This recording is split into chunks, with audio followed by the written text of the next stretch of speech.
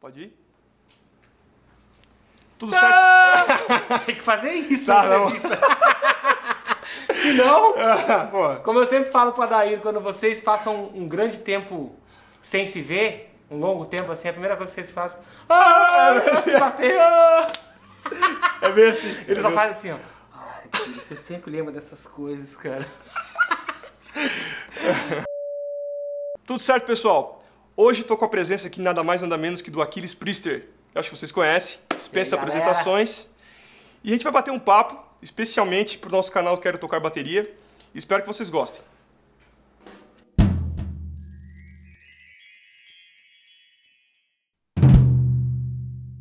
Bom, para quem não sabe, o Aquiles já teve tanto em Criciúma que ele já foi cidadão honorário por um tempo. É verdade. Que é a cidade que eu resido e que ele visitou seguidamente por um período acredito que em 2008, por ali, né, 2009. Foi em 2008 e 2009. Eu acho que assim, até quando a gente ia pro Nordeste, Criciúma era roteiro. Tava indo pro Nordeste e encontrava o Sul no meio do caminho. Eu não sei Encontrava- como que aquilo aconteceu. Eu lembro que chegasse a citar uma vez assim, ó, que, cara, eu vi mais vocês do que a minha família nesses últimos É meses. verdade. Aquela época lá do hangar a gente estava muito na estrada, né? A gente tinha um trailer pequeno onde a gente levava a maior parte do equipamento, então a gente não podia sair de São Paulo para fazer somente um show. A gente tinha que fazer no mínimo 4 ou 5, e foi a mesma coisa depois quando a gente teve o Infallible Bus. E nessa época, qual foi a importância de Criciúma nesse período, assim? O que te levou a vir tanto pra cá, assim? Eu acho que a coisa mais importante foram as amizades, né, que a gente fez aqui a banda inteira. A Que gente bom. fez uma amizade muito forte com você e com o Adair, que depois, o Adair foi meu parceiro em inúmeros projetos, discos. Recentemente ele acabou de mixar o novo disco do Tony McAlpine. O meu DVD, The Infallible Reason of My Freak Drumming, foi condecorado com o prêmio de terceiro melhor DVD do mundo, e a mixagem dele foi incrível, né? Então, até hoje as pessoas falam: que som de caixa é aquele?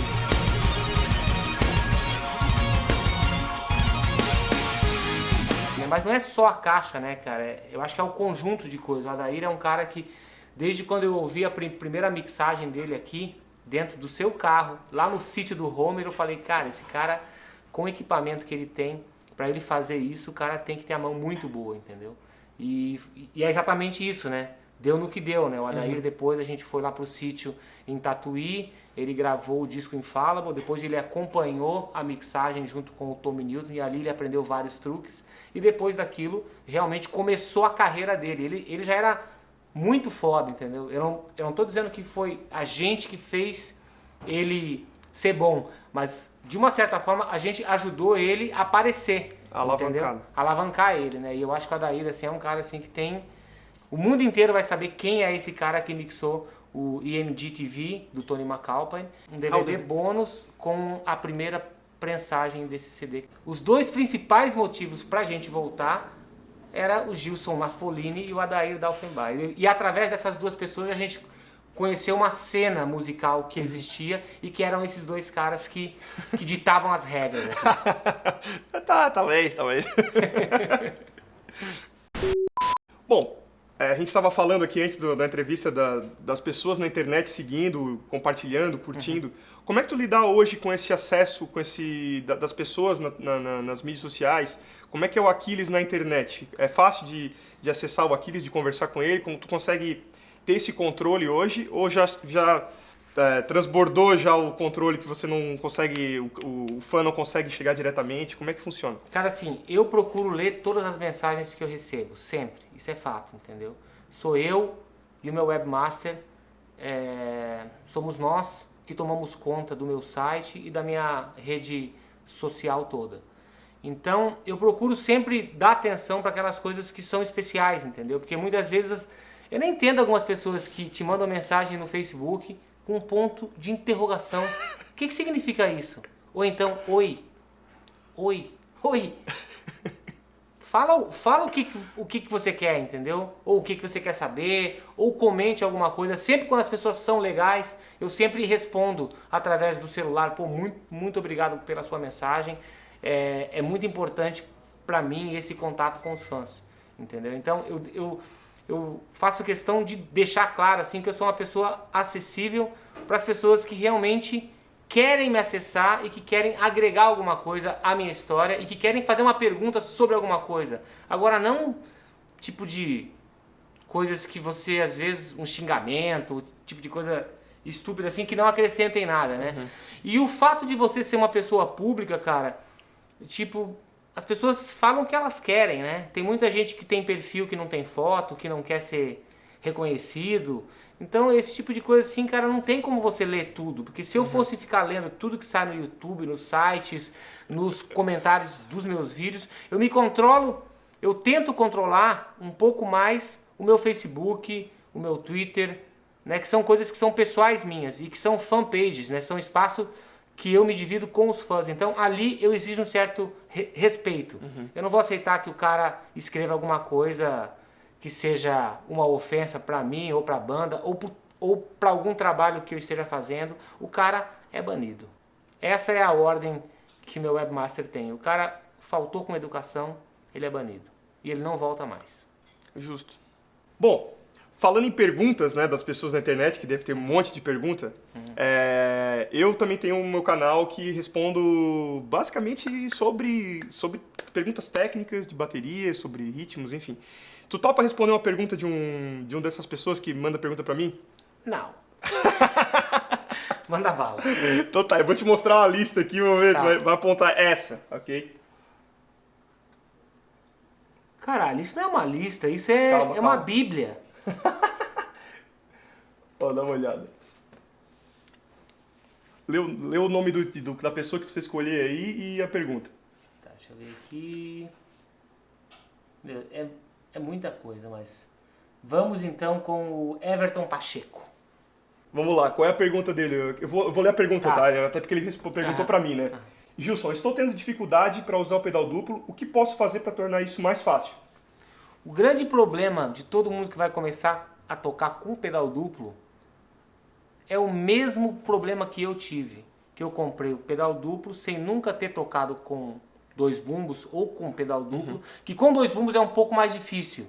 Porque você tem a tua perna esquerda, que é a mais fraca, completamente independente do som do seu bumbo direito, que é um som que você está acostumado. Então isso muda muito. O som que vem de um lado, digamos assim, mono, ele é diferente de um som que vem em estéreo, que aí você consegue ouvir bem o que você toca e você percebe na hora que a tua perna esquerda é a mais fraca. Tanto é que, quando eu fui gravar o primeiro disco do Hangar, o Last Time, em 99, uma semana antes da gravação, eu consegui comprar uma bateria nova com 2 bumbos. E aí eu queria já gravar com os 2 bumbos. Não deu, entendeu? Porque a minha perna esquerda, mesmo eu tocando com pedal duplo, não estava acostumado a ouvir o som vindo somente do lado esquerdo. Então a minha dica é, antes de você começar a tocar semicolcheia, fusa, cestina, drags, flans, todas as coisas que as pessoas querem, prepare a sua perna esquerda para essa nova jornada, para esse novo momento dela. Porque ela não está acostumada a tocar 2 bumbos e ela, muitas vezes, a pessoa nem está acostumada a marcar com a tua perna esquerda, com a perna esquerda no chimbal. Então, ou seja, é um membro do seu corpo atrofiado. E você sabe o que acontece com membros do seu corpo que você não usa, né? É mais ou menos a mesma coisa. Então, o que eu digo é, façam exercícios básicos para você começar a trabalhar a tua perna esquerda. E vai ser muito difícil você trazer ela para o mesmo nível da direita, dependendo do tempo que você já toca, né? Ou seja, se você já toca 5, 7 anos com a perna direita só, olha o tempo de defasagem que você tem. Então você tem que realmente praticar isso. E logicamente que eu vou indicar os meus produtos para que você trabalhe isso, porque foram os mesmos problemas que eu tive. Então, o Inside My Psycho Book, que tem 100 levadas de 2 bumbos, Que eu uso nas minhas é aulas. totalmente voltado para você fortalecer a tua perna esquerda.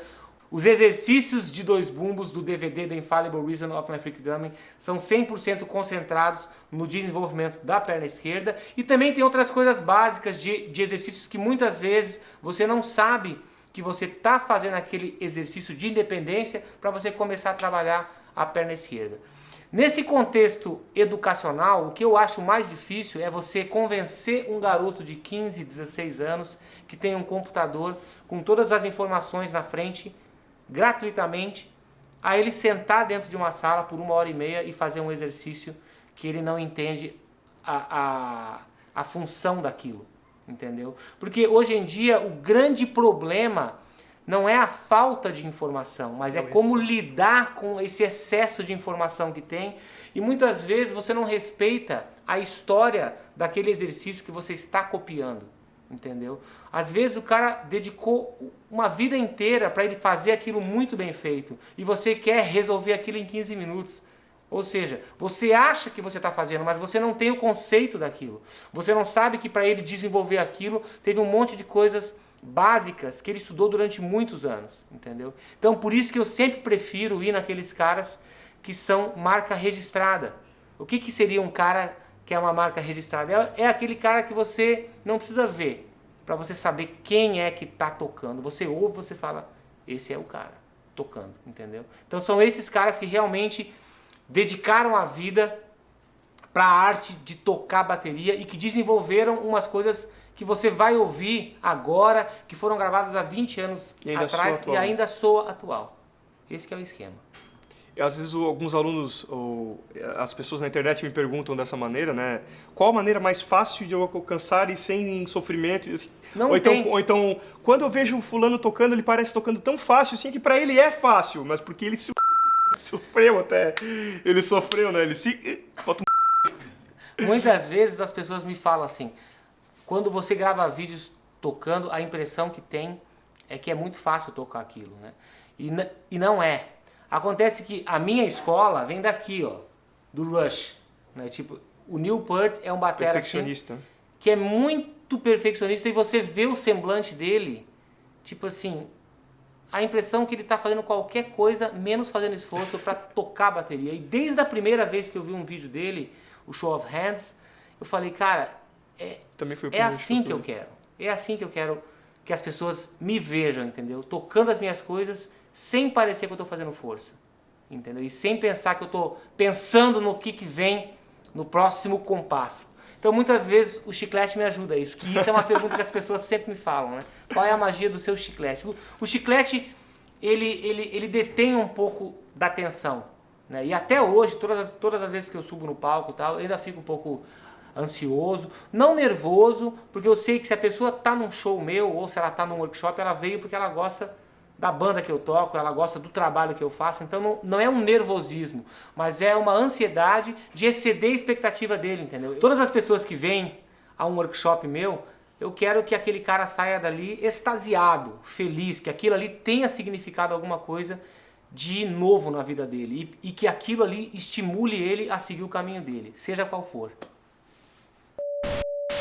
Quem acompanha o Aquiles nas mídias vê ele sempre muito ativo, é show pra cá, show pra lá, turnê na Europa, workshop, DVD lançando, shows, daqui a pouco ele tá aqui, daqui a pouco ele tá ali. Esse planejamento, ele começa no começo do ano, ó, em março vou fazer isso, em abril aquilo, é uma coisa que vai pintando e você vai encaixando, e quando vê você não tem mais tempo pra mais nada. Como é que funciona esse teu bem cronograma? difícil assim você fazer um planejamento de trabalho no Brasil. Porque no Brasil a gente não tem um mercado profissional para o músico, entendeu? Existe, mas não é para o tipo de música que eu toco. Então, no meu caso, assim, eu vou planejando quinzenalmente.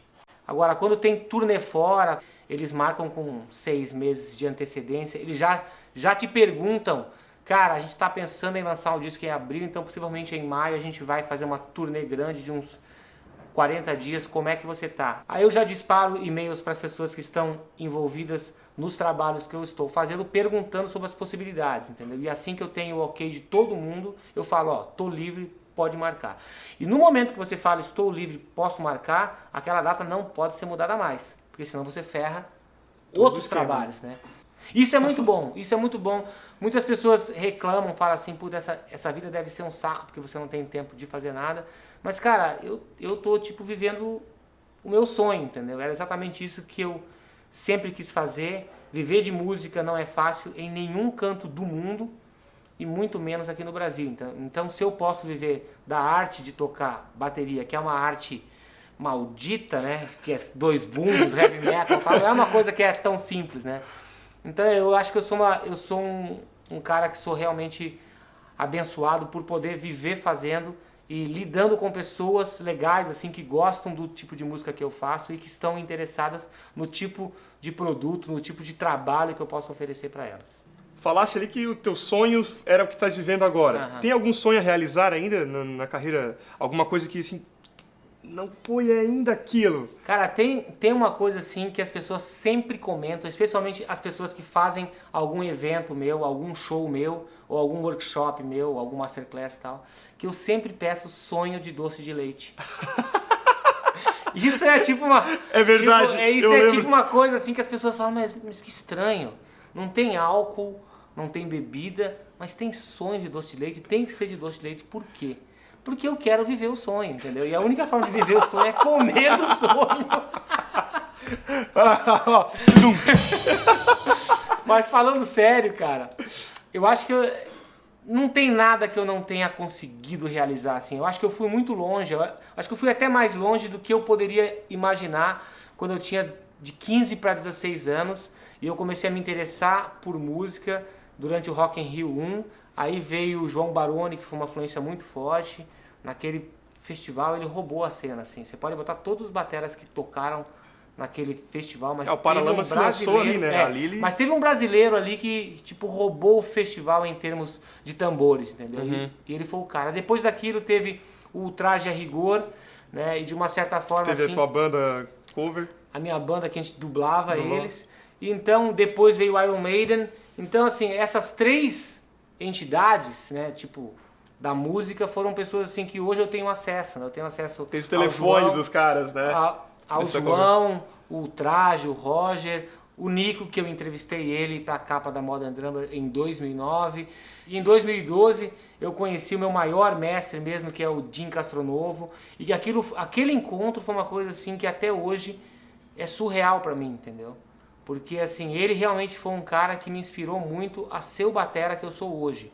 Ou seja, o Baroni foi importante, o Traje foi muito importante, o Leospa, né, o batera do Traje, o Nico foi extremamente importante, o Jim Castronovo foi muito mais importante, porque foi ele o cara que eu falei assim, é assim que eu quero tocar. Então eu fico surpreso que tenham pessoas assim que não conheçam esse outro lado virtuoso dele, porque a maioria das pessoas conhecem ele pelo trabalho do Journey. Mas os discos que ele gravou com o Tony McAlpine, com o Marty Friedman, com o Cacophony, são coisas que ele gravou há quase 30 anos atrás e que você ouve hoje e fala assim, meu, esse cara não é desse mundo. Então eu costumo falar, cara, isso é a minha opinião, tá? Por favor, não vá ficar bravo por causa disso, mas eu acho que tudo que foi feito dentro do metal, existe o que foi feito antes do Jim e depois, entendeu? E eu sou um clone do Jim, eu não tenho problema nenhum em falar isso. Se você é meu fã, você deveria escutar o Jim Castronovo, porque esse cara é incrível. E eu também não posso deixar de agradecer meus grandes mestres,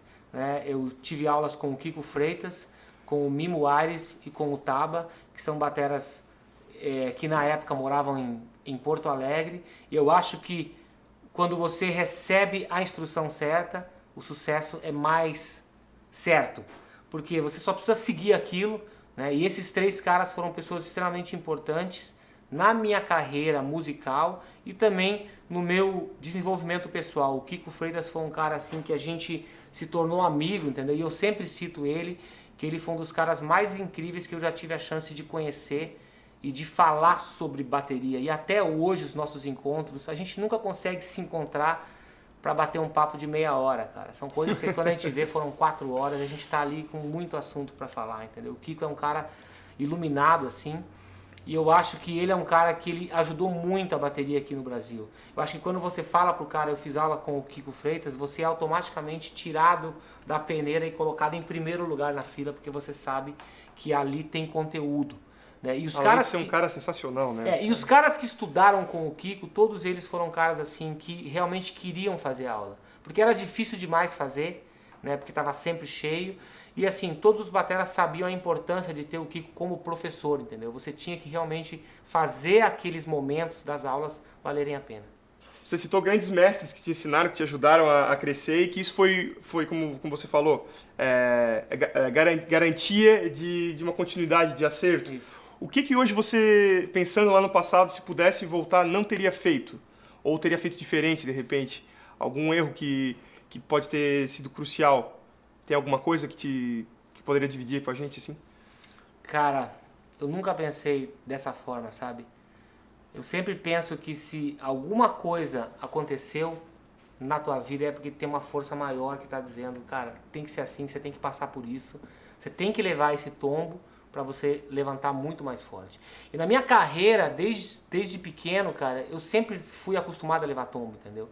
E teve uma coisa que aconteceu aqui em Criciúma que resumiu bem isso, assim, entendeu? Eu falei, cara, isso é genial, entendeu? A gente estava naquela festa que você citou hoje cedo ali em Uruçanga, com o Homer junto, estava fazendo papo, e aí o Homer soltou uma pérola, assim, que ele falou assim, cara, o que é mais legal na vida é a quantidade de pancada que você aguenta e você segue no seu caminho. Aquilo ali pra mim foi genial, entendeu? Foi incrível. Eu já falei isso pro Homer várias vezes, né? E ele ficou todo feliz, assim, de poder ter contribuído, porque isso são coisas que você leva pra vida inteira. Esse convívio com as pessoas, entendeu? É uma coisa assim que é muito mais rico do que horas e horas de estudo, digamos assim. Eu vejo dessa forma, entendeu?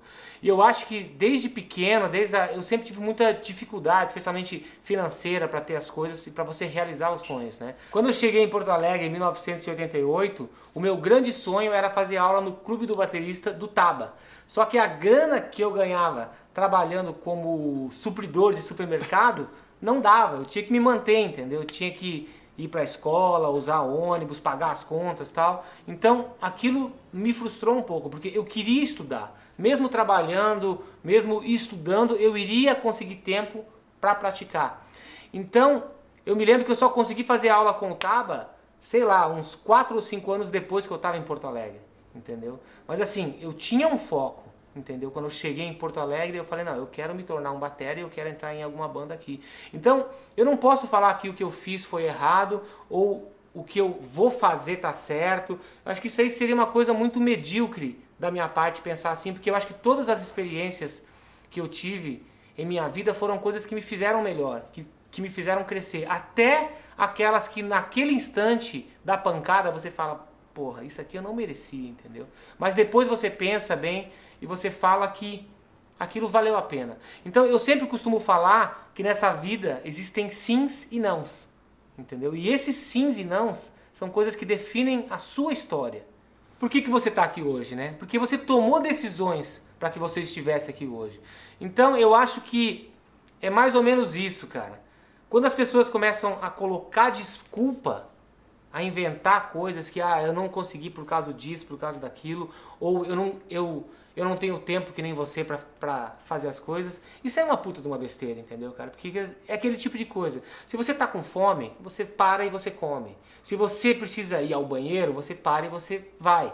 Então é tudo uma questão de necessidade, de quais são as suas prioridades. Se você botar na sua cabeça que você tem que aprender todos os dias uma coisa nova para a tua vida, seja o que for, seja uma palavra em outra língua, seja uma expressão, seja um exercício, olha quantas coisas novas que você vai aprender num ano, entendeu? Mas infelizmente as pessoas têm muitas outras coisas que para elas são mais importantes, né? Como passar muito mais tempo na internet, Facebook, WhatsApp. Hoje até para ir num show, as pessoas preferem assistir pelo celular o show do que assistir com os próprios olhos, né? Exatamente. Ou seja, as pessoas, cara, elas estão perdendo o momento crucial da vida delas, que é sentir aquilo que está acontecendo, entendeu? Elas preferem sempre gravar alguma coisa e depois elas vão assistir e elas falam, nossa, aqui eu tenho, mas... Como é que foi a sensação de você ter visto aquilo? Como seria para você estar lá no show assistindo aquilo, ao invés de assistir pelo YouTube por uma câmera Jaguara, entendeu? De celular. Falando em experiências, pra gente fechar.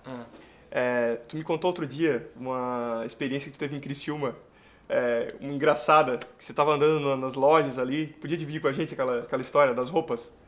Ah, é verdade, essa aí foi boa. Esse é um caso de Criciúma que, olha... Que ninguém bom. sabe. Ninguém sabe. Eu me lembro que a gente estava fazendo shows pelo Rio Grande do Sul e a gente ia parar em Criciúma para fazer o último show daquele final de semana antes de ir para São Paulo.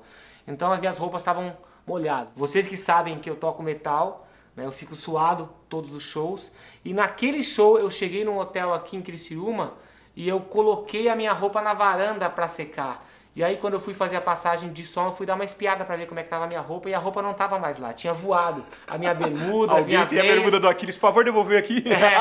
Aí eu pensei o seguinte, puta, depois da passagem de som eu tenho que achar uma loja pra comprar uma bermuda nova. E aí eu entrei numa loja que eu acho que nem existe mais e tinha um monte de abrigos, eu não sei como é que vocês chamam isso, Abrigo. agasalhos, conjuntos, né? Da Adidas dos anos 80, aqueles que tem até aquele negócio de prender embaixo do pé para ele não subir muito. E aí, imediatamente, eu liguei para um amigo meu que era muito viciado em Adidas, né? O Luciano Sorrentino, o Peixoto, que hoje em dia ele tem a Sonzeira Records, que trabalha com LPs e tal. E ele tem a primeira loja de vinis móvel do Brasil, ou seja, ele leva o carro dele para a feira, as pessoas entram lá e fazem a festa do cartão. E aí eu me lembro que eu liguei pra ele e falei, cara, você não vai acreditar. Eu encontrei abrigo da Adidas original, anos 80, aqueles que tem a listinha, que tem aquele vinco na frente. Ele falou, quantos tem aí, cara? Eu falei, sei lá, deve ter uns 20, 30. Ele falou, cara, traz tudo, não me interessa quantos são. Eu sei que eu saí daqui com 42 agasalhos, nas cores marrom, É que as cores azul, dos colégios aqui. exatamente, é marrom, azul e violeta. Cara, ele fez uma grana com esses agasalhos que ele vendeu isso até para Londres. Olha só. E vendeu em Libra. Ou seja, ele vendeu isso pro Brasil inteiro. Em 7 dias ele tinha vendido todos. Só que os preços eram absurdos, assim, tipo R$350, R$400 por conjunto. E eu fiz uma negociação boa aqui, que eu acho que eu paguei R$28 por peça na época. Ou seja... O Luciano me deve essa. O Luciano deve essa pra Criciúma. Pelo menos ele foi vender os vinis aqui pra gente com desconto, né? E eu tenho esses abrigos até em casa hoje. Eu tenho 2 jogos que, assim, eventualmente, sempre quando eu vou colocar aquilo, eu sempre me lembro. Eu sou um cara que eu tenho uma memória muito boa, né? E, tipo assim, dificilmente eu esqueço as coisas assim. Inclusive, ontem, quando você tava passando a tua chave ali no portão, eu te lembrei uma coisa, um outro episódio que aquilo me lembrava. Eu sei que você não pode falar disso, mas tudo bem. Eu sou um cara que tem memória boa. Cuidado na hora que você for dividir as coisas comigo.